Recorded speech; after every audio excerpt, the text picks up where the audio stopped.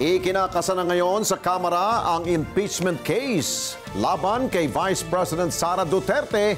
Ito po'y ayon kay dating Senator Antonio Trillanes IV. Iniyak po ni Trillanes na bukod ang kasong kriminal na isinampanalaban sa pangalawang Pangulo itong impeachment case na ito, na ang layunin ay mapatalsik siya sa pwesto.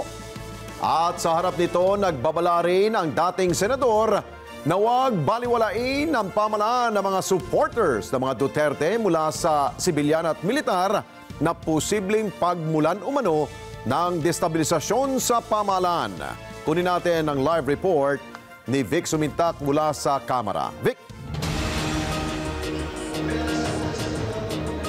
Alex, ngayong araw na ito matapos magsampa ng kasong kriminal laban kay Vice President Sara Duterte, ang Philippine National Police, maging si Attorney Larry Gadon na siyang Presidential Advisor on Poverty Alleviation ay nagsampa na rin ng disbarment case sa Korte Suprema.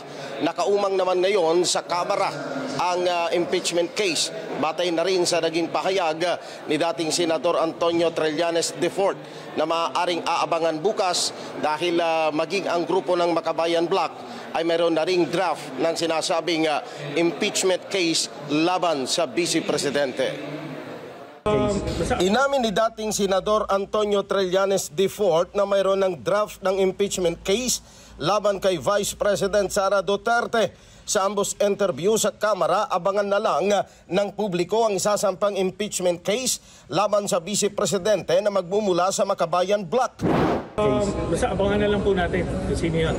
Anyway, bottom line, ma-file yun. Okay, yun. At talagang hopefully mag-succeed. Inihayag ni Trillanes na maliban sa criminal case na isinampa na kay VP Sara, ay sasampahan din ng impeachment case para matanggal sa pwesto.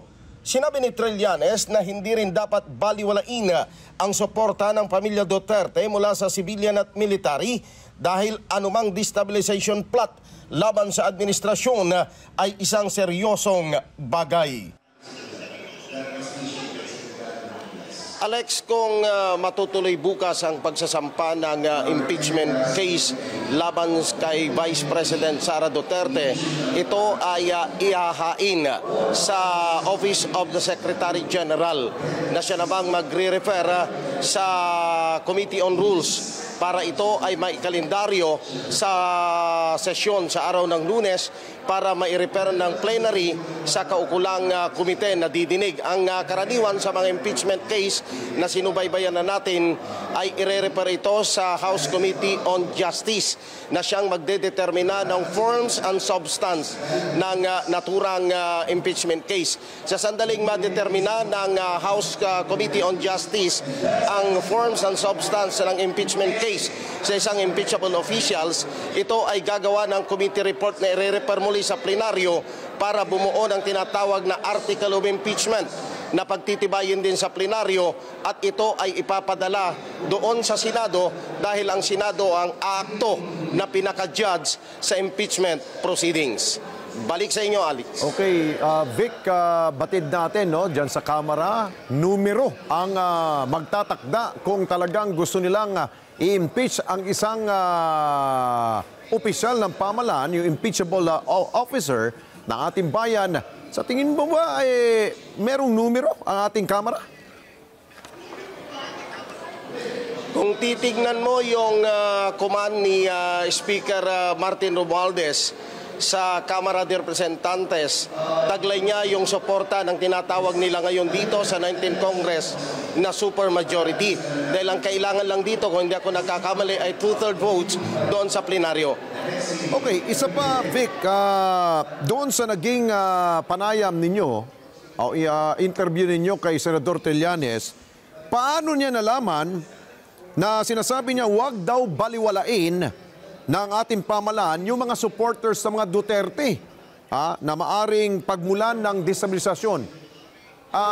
Tinanong ba ninyo saan niya nakuha yung mga ganong impormasyon?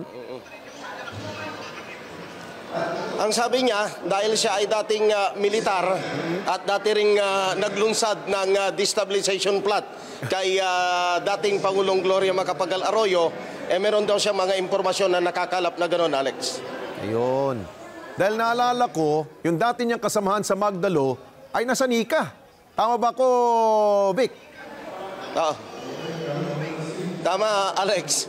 Kaya kahit papaano, mayroon pa rin connection itong si Trillanes doon sa intelligence community, Alex. Okay, maraming salamat sa iyo, Vic Sumintak. Mata natin, dyan ho sa camera. Maraming salamat sa inyo pong pagsubaybay sa Mata ng Agila Primetime. Para malaman ang matatag, matapang at matapat na mga balita, i-follow lamang at mag-subscribe sa AtNet25 TV.